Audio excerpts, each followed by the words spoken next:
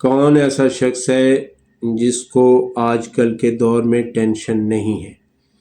تو مجھے میرا ایک مریض بتانے لگا کہ پاگل لوگوں کو ٹینشن نہیں ہوتی، جو ذہنی طور پر معذور ہو جاتے ہیں ان کو ٹینشن نہیں ہوتی۔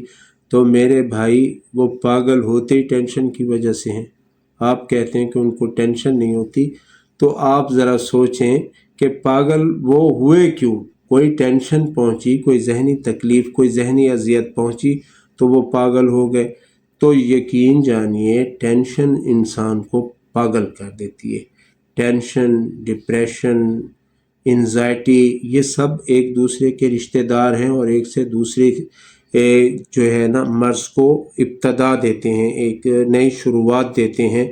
ٹینشن ہو، انزائٹی ہو، ڈپریشن ہو، بس دو جڑی بوٹیاں، ایک اسگندھ اور ایک آپ لے لیں گے خشخاش۔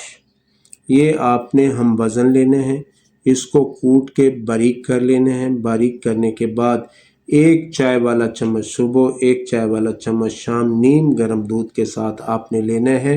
آپ کے یہ ٹینشن والے سارے مسائل حل ہو جائیں گے اور آپ کو خوب نیند آئے گی 8 گھنٹے تک۔ صبح کو جب آپ جاگیں گے تو آپ کا جسم بالکل فریش ہوگا، آپ کا دماغ تر و تازہ ہوگا، آپ کی سوچنے سمجھنے کی صلاحیت بہت بہتر ہو جائے گی، آپ کی قوت برداشت مضبوط ہوگی۔